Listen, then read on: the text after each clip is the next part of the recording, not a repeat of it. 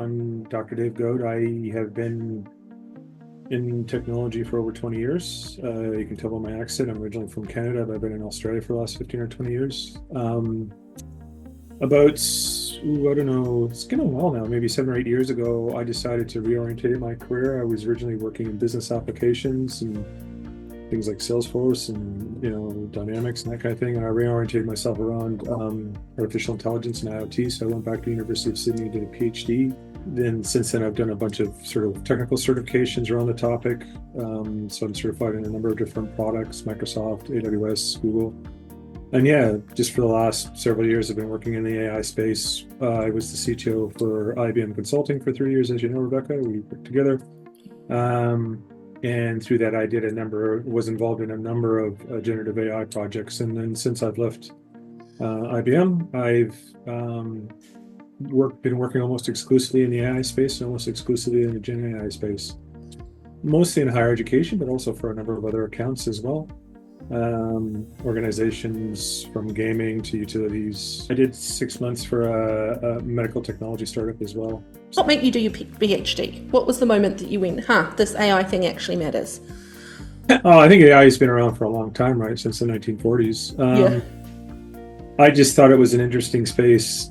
The reason why I got into AI is just because of the rate of change, or the pace of change from a technology perspective. It's one of those areas that's moving so quickly at the moment that my personal feeling is unless you actually play with it and use it, you don't really understand it. AI is moving so fast and many businesses kind of want to use AI. What's your advice for where they should start? This whole idea of use case selection is an important one, particularly for organizations that are just getting started in AI. I think sometimes people struggle to understand what it is, and the best way to understand what it is is to use it.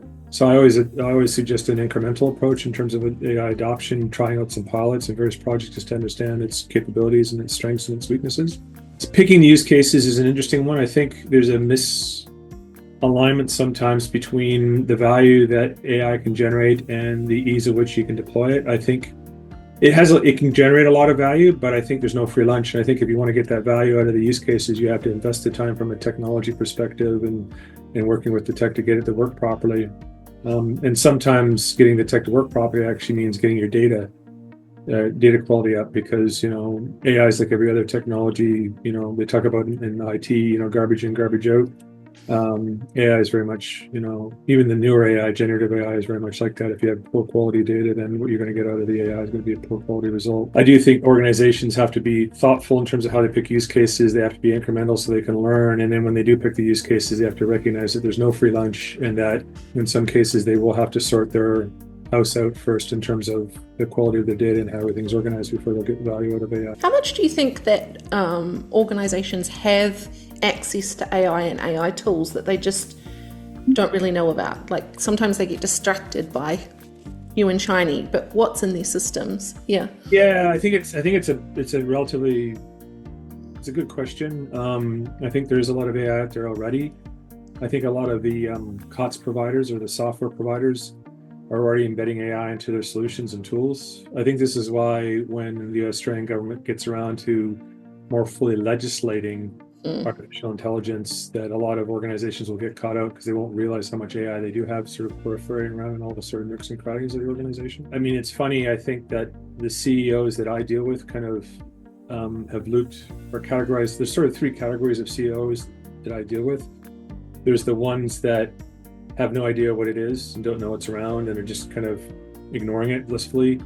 There are ones who don't believe it, think it's garbage, and for whatever reason have had some sort of bad experience with it and therefore have just discarded. And then there's a third category who think it's the greatest things in sliced bread is going to solve world hunger, which is not necessarily true either, right? So it's a technology that tends to generate a very polar response, I guess, in terms of people's, how people deal with it. Can you give me an example of somewhere you've seen that's done a good job? I know one organization, I won't mention their name. They were in higher ed. They took a pragmatic approach where they invested in it, but they understood that some of the things, the ROI might necessarily be there for some of the projects, and they undertook some projects that I would say are a little bit more speculative.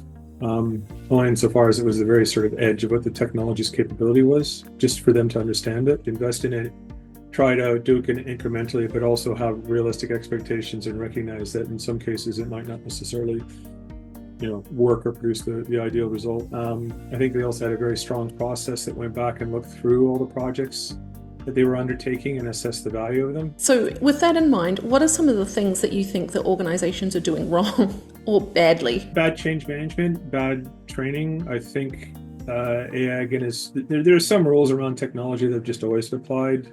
And one of those is change management. Technology is always about the people in the process. So just recognizing that you do the training, that you have to manage if you have to manage the change, you have to educate people. I also think that, again, misalignment of expectation sets, even in a well-running AI-based process, it will still make mistakes. This is the one thing that people fail to understand, is that AI is stochastic or probabilistic in nature. That means you can build a really well-functioning AI process, but it occasionally make a mistake. Now, generally speaking, that's going to be less often than what a human does, but people tend to have a misalignment of expectation sets. They expect the machine to be better than them, and it will be, but not all the time. Do you know what I mean? Like and not perfect. Yeah, like a classic example of that might be in the medical industry.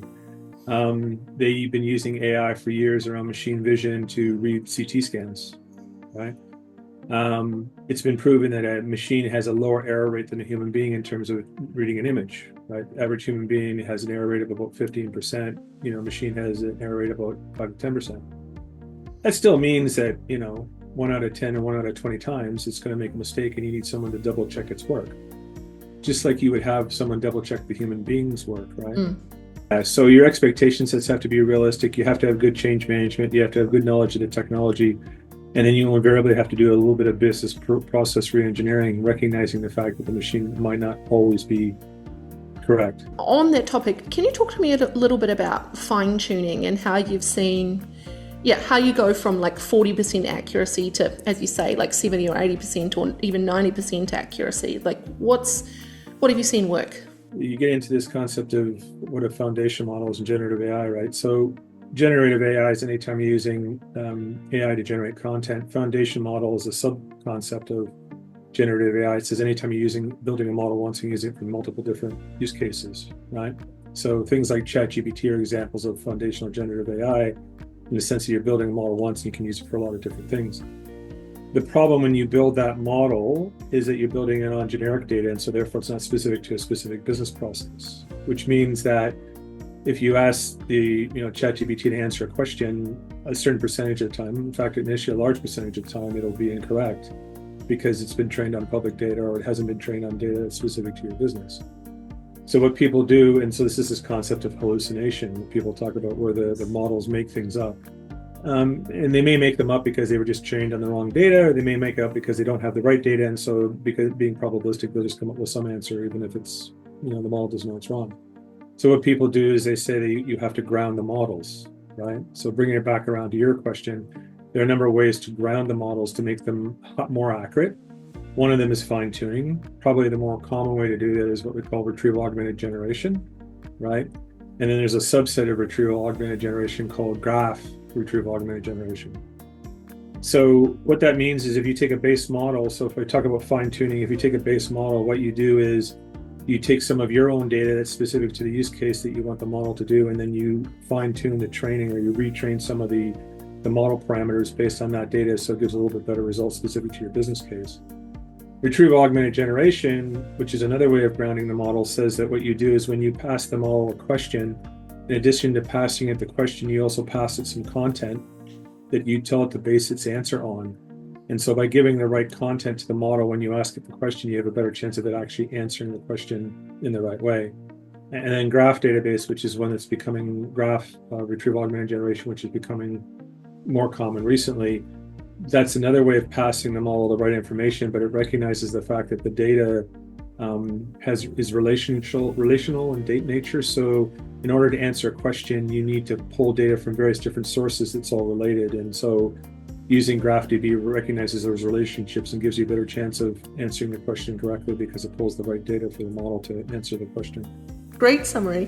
While we're on that theme, can you talk a little bit about where you see multimodal going? So where small language models, large language models, etc., are working together.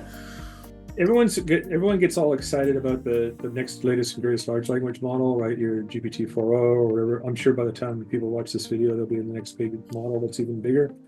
The reality is most people in the industry have said that where this technology is going to be more on small language models, okay?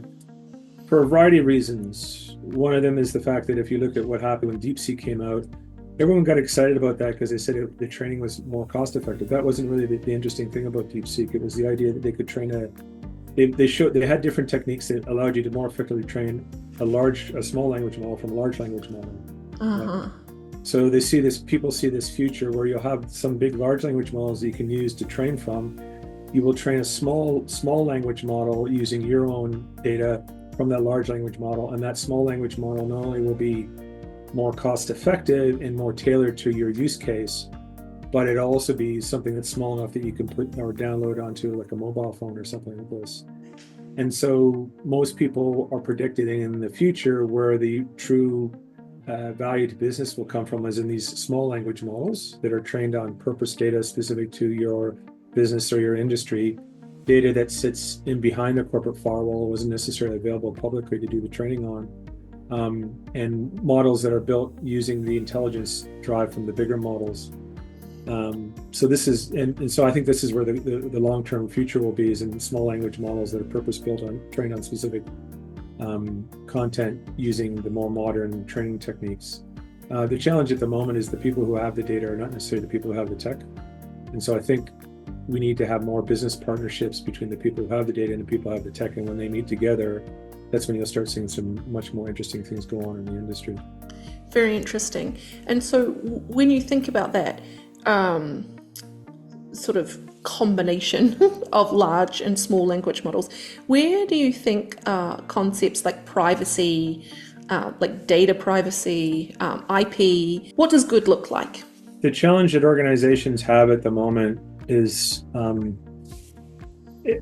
depending on the geography that you're based out of, AI is can be very heavily regulated, like in the EU, or it can be almost no regulation, like in Australia at the moment. Over the course of time, governments are starting to do more, legislate more, because there's concerns about risks, there's concerns about security, there's concerns about privacy, there's concerns about IP rights and confidentiality and that, but it's still very all over the place. And I think the challenge that governments are having is that what's the right mix? Yeah? For most organizations at the moment, it's largely unregulated and it's largely unknown. And the challenge you have with people building these LLMs, and there's so many of these models out there at the moment, literally hundreds of thousands, it's hard to actually understand whether you're getting a good quality tool. Because if you go up in the Hugging Face and you download an LLM, you don't know who built it. It's hard to understand what went into that model. You don't know whether they've stolen information, it's been copyright information. There's no supply chain, AI supply chain or supply chain history that you can, it's hard to validate the quality, right? Because these models are essentially black boxes. And so when the legislation regulation does get tighter, people struggle to keep up to that, if that makes any sense. So I think the way that organizations are addressing it at the moment is if you can't trust the model because you don't know how the model was built, then you trust the vendor. So what they're doing is they're going back to their trusted vendors, typically the hyperscalers, they can be other organizations, and they're going back to them and saying, we trust you, therefore we're hoping that whatever you give us, won't have issues from a privacy perspective or a confidentiality perspective. Interesting. So does that mean you're not seeing many enterprises using the chat GPTs and DeepSeeks of the world and are rather going with the AWSs or the Microsofts? Well, it's funny, I get different results. So I've got some organizations, again, it goes back to knowledge and understanding. So I've got some organizations that have completely banned the use of these public Gen AI tools. So you're not allowed to, they've completely blocked it off their corporate internet. So you can't go use ChatGPT or Cloud Sonnet or whatever. Some of them have just banned it. Some of them have said, okay, you can go use this, but we'd strongly recommend you use these ones that we're servicing up through AWS or Microsoft. And some of them, have gone the other way. So it kind of depends. People are still finding their way a little bit. I do think most of the demand is going through the hyperscalers at the moment. there are a number of little startups, when I say it's little, they're growing quickly, that are starting to gain market traction. One of the reasons why I've had a certain degree of success, I've been fairly busy in the last year or two, because I've got a lot of CIOs who just don't understand it, and so therefore are asking for help. Because it is a bit Wild West at the moment. It's hard for them to, there's no established patterns that they can refer back to figure out how they're going to buy things or who they're going to buy it from. Do you have a point of view on architecture patterns or like some of the use cases that suit different platforms or types? Like, do you have strong points of view, or are you just a bit working through it, horses for courses a bit? As a typical consultant, I will go to a CIO and say, look at here are your options A, B, C, or D. I think the options that are more hyperscaler aligned, because I do a lot of work in Microsoft and AWS and Google, are probably a little bit safer at this point in time. It depends on the risk appetite of the individual. Again, going back to the sort of difference in knowledge sets across the CEOs, I've got clients where the CIO is struggling to keep up with the CEO because the CEO has gone off and played with ChatGPT or Sonnet and said they like it and they just want to use that, and they're not going to accept their CIO telling them that maybe you need to hold on a bit or take it a little bit slow because you're using something that could be risky or could steal your IP or whatever. And then I've got CIOs that are more on the other end where they're being very controlling and they've been able to sort of rein in their CEOs or their executive team. So it kind of depends on the organization. It depends on the risk appetite. And to a certain extent, it actually depends on the power dynamic between the IT organization and the business. What are they trading off for safety and security? Like, what are they missing out of in being lower risk? Probably they're slowing adoption. They say the benefit of technology is the business model it enables, and it's the business model that creates the value.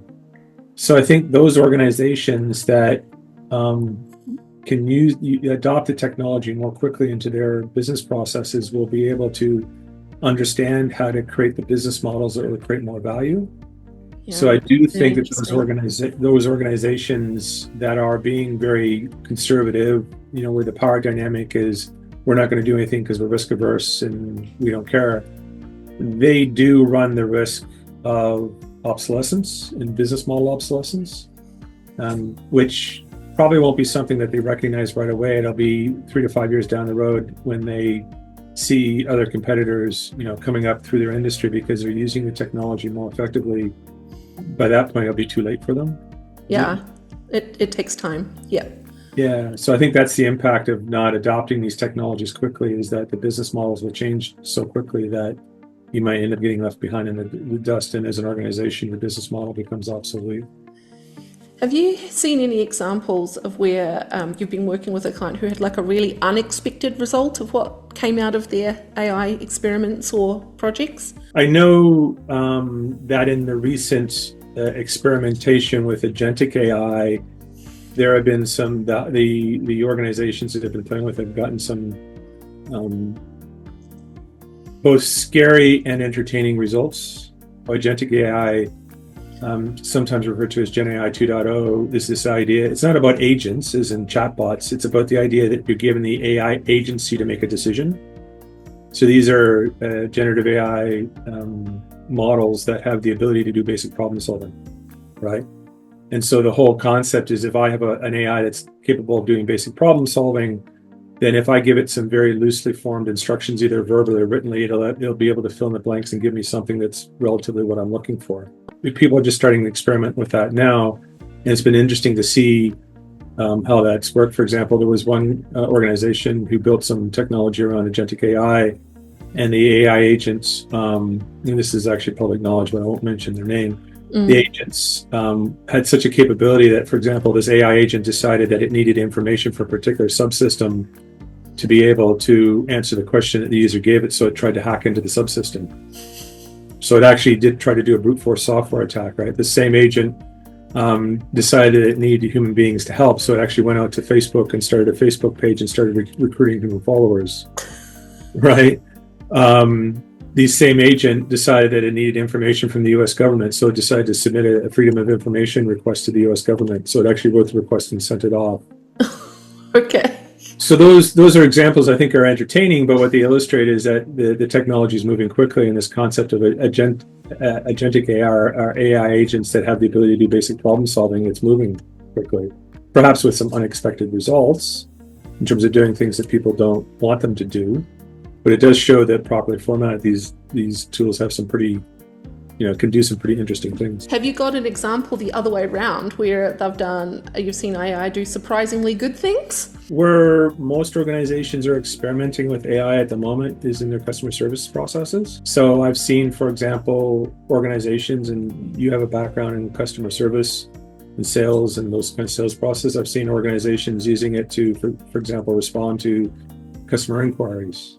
Right, with AI agents that are actually faster than the human beings, that provide better information and do it much more quickly, well above expectations. Where 80 to 90% of the time, the human agent that's working with the AI bot doesn't even change what it's suggesting or whatever. They just click the button and let it do its thing. Right.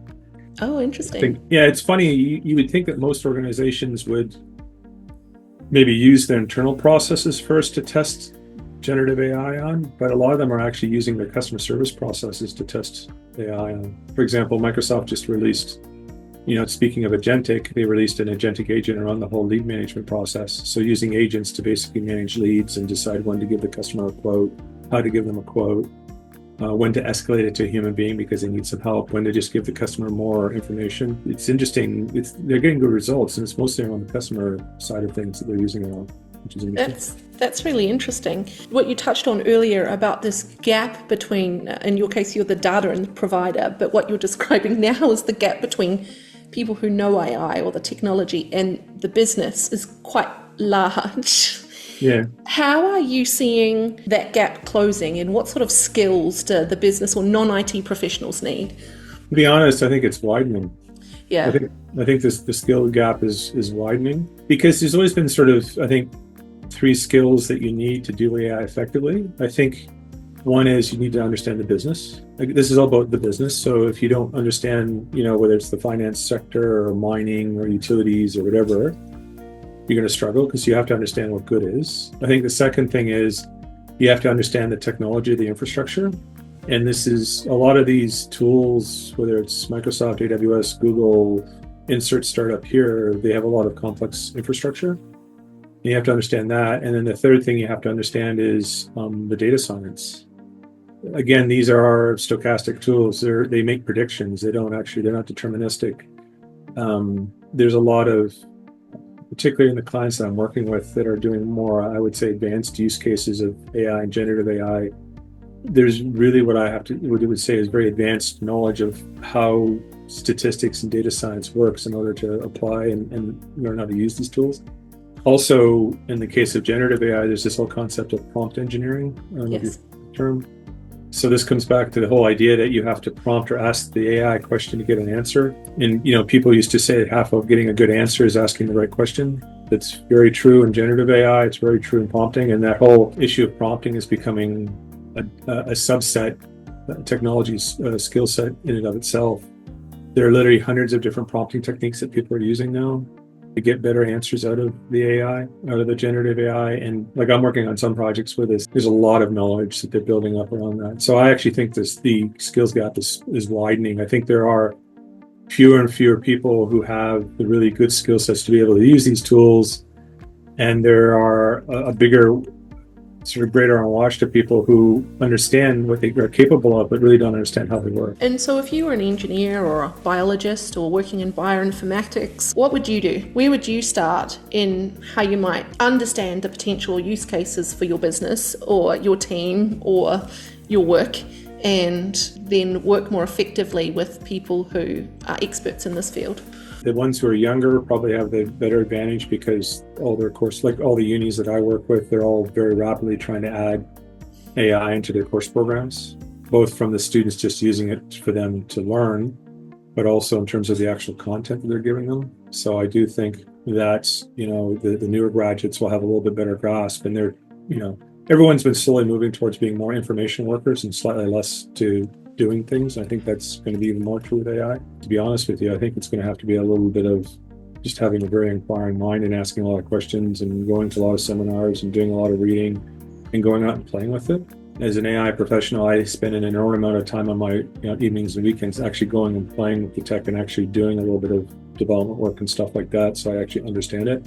I'm not saying that necessarily saying that a doctor or a senior executive should do that, but what I am saying is that they will have to be very well read and do a lot of sort of self-education. I don't think they're going to have any choice. Again, if you stick your head in the sand and say that, oh, I'm not going to worry about this or it's garbage or whatever, you run the risk that your business will become obsolete.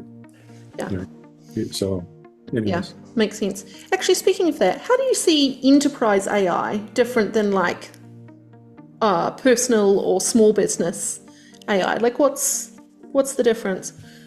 Oh, look at, so personal small business people don't seem to be, I mean, obviously the small business and individuals aren't bound by the same concerns that enterprises would have around security, privacy, IP. But therein lies your problem, because you'll get individuals who work for a large enterprise, but then they'll go home and they'll take some of the content they have from their enterprise and they'll shove it into ChatGPT even though they're told not to, and then they'll end up getting into trouble. Every week I get someone coming to me talking about some new model that they've played with and how they like it. But the only problem I think people have there is they do get a little bit shiny toy, get caught up in the new shiny toy or the latest thing. The concept of a foundation model is that it makes AI cheaper and easier to use and more ubiquitous.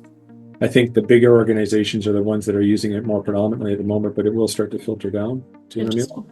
Yeah. The innovation is going on at the small startup level, but the really big users at the moment, particularly on Gen AI, are the big organizations. What do you think are some of the things they're doing that helps scale happen?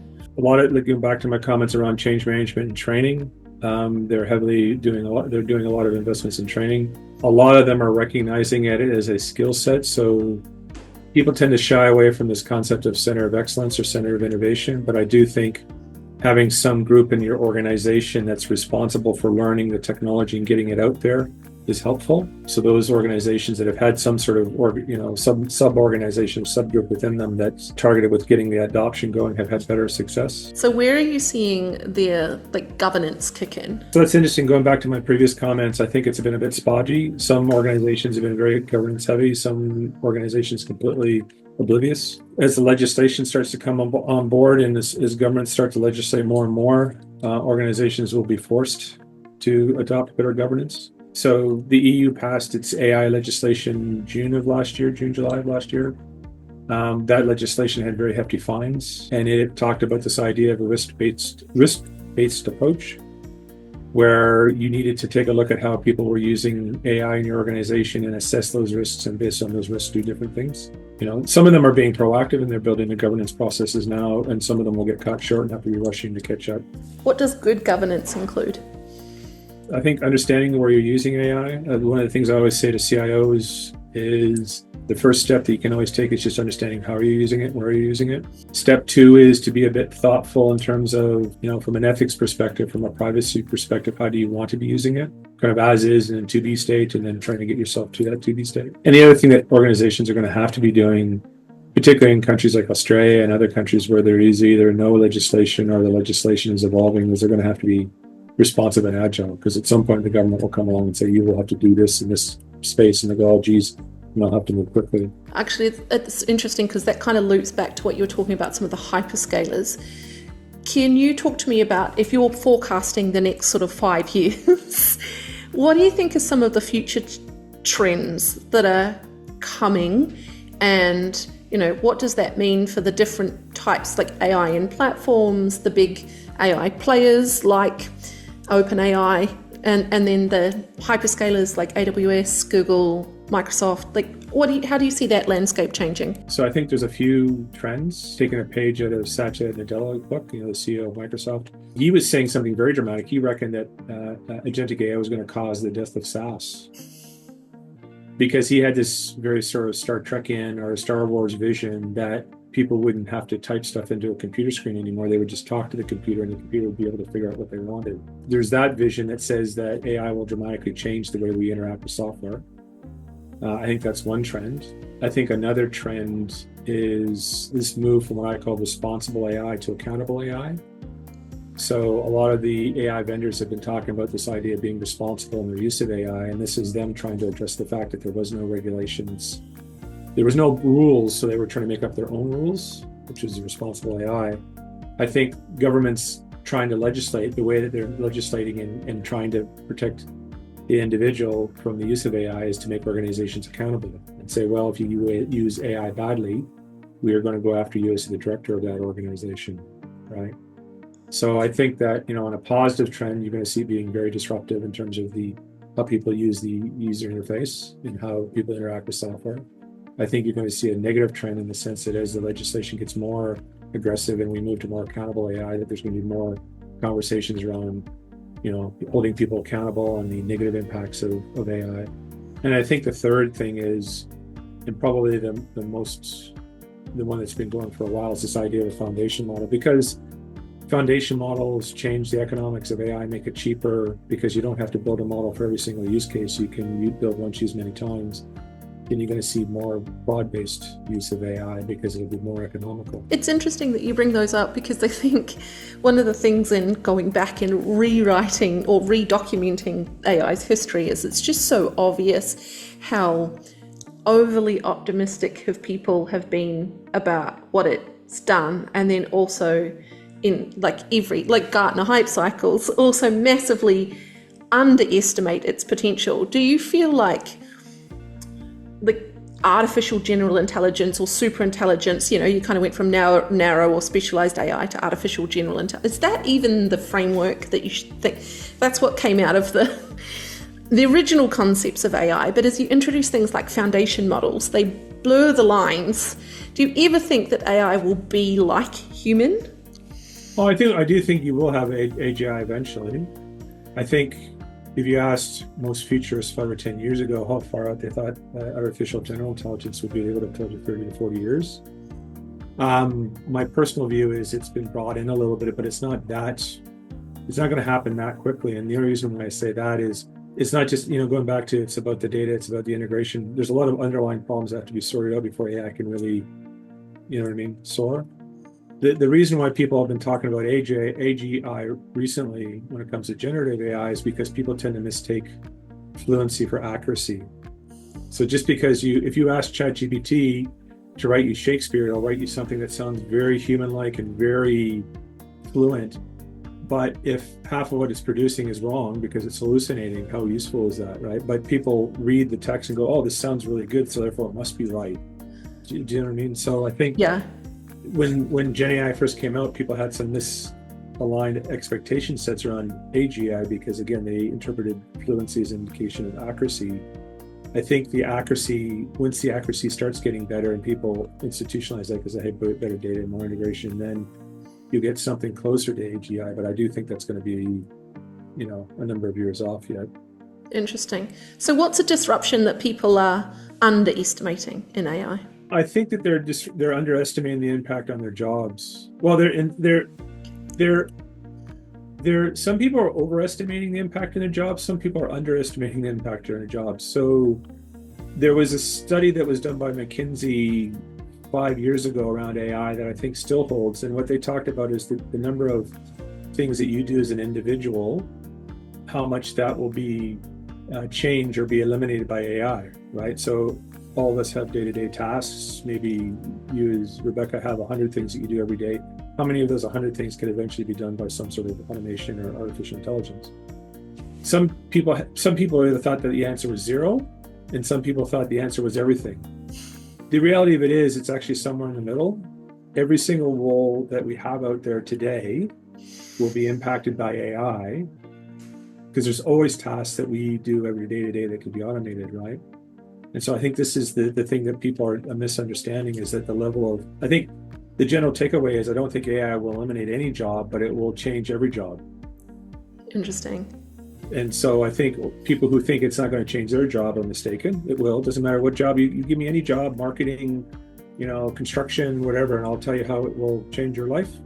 But it won't necessarily eliminate your job. It'll just change the way you're doing things. And I think this is where people will struggle because people will have to learn how to use that technology, and whether they want to or not, they will have to adapt to it because it will impact all roles. What's your vision for AI? If you were to say, this is what AI should do for society, what's your vision? So the problem that our children have, change in our lifestyle or the improvement in our lifestyle is for you and me in our age group has been much more positive and dramatic than what will be experienced by our children, right? Because there's this whole idea that in growth and sort of economic prosperity is directly proportional to productivity. So the more that a country or a group improves their productivity, the more growth and productivity there is, the more growth in personal wealth and personal well-being occurs. But there's also this truth that says that the change in productivity, the improvement in productivity recently has slowed down compared to what was being experienced by our parents and by us. What that means is that we are much better off than what our parents were, but our children may not necessarily be that much better off than us. And so what my thought process is around AI is a way to improve that productivity, to get that growth to prosperity back so that our children can expect to have a better lifestyle than a much better lifestyle than what we have. So I think that we need to adopt it faster, use it more so that we can, counteract that general trend, which has been a drop off in terms of productivity growth. It's a complex answer to a simple question, but does that make sense? No, great answer. Great answer. Honestly, Dave, I could listen to you for hours. That was fabulous. Thank you so much. I've got so much out of that.